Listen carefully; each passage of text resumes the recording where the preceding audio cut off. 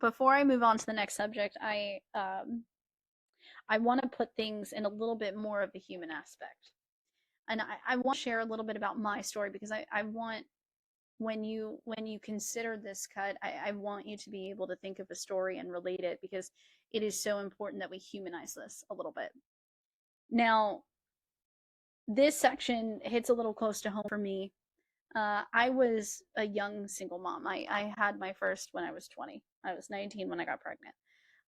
I was on Medicaid, SNAP, ELC, you name it. And when my youngest was born, he had fluid in his kidneys.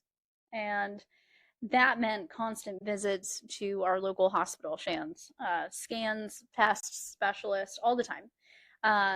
And every single time we'd get the Medicaid paperwork afterward, we'd get the bill, and each appointment was thousands of dollars. And every time, we whisper a quick thank you to the universe because we had Medicaid. I exhaled because he had hope, because he could see the specialist that we needed, because there was no version of my life, no job, no amount of hustle that could have covered that kind of care out of pocket. Because social welfare, especially SNAP and especially Medicaid, was the only reason that we were surviving. Now, one day, without warning or explanation, we were dropped for a few months. It was just gone. And we found out when we tried to check into an appointment. And now those bills, they came to me. They landed on my lap, and I had to pay them. Or he wouldn't get his meds.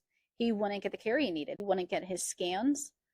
And these bills were on top of rent, on top of utilities, on top of daycare and school and aftercare, on top of the babysitter I needed just to keep those 3 jobs.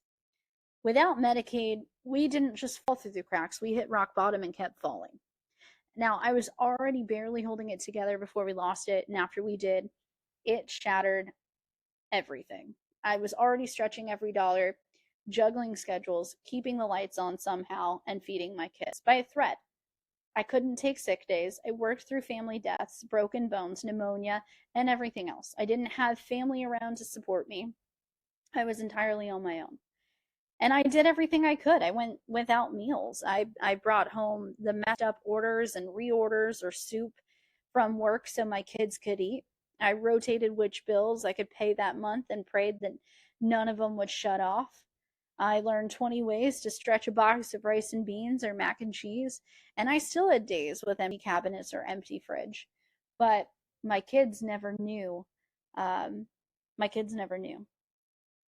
So here's the thing. I wasn't lazy. I wasn't irresponsible. I wasn't illegal. I was a mom, like so many other parents and individuals who are doing everything they possibly can, and it's still not enough.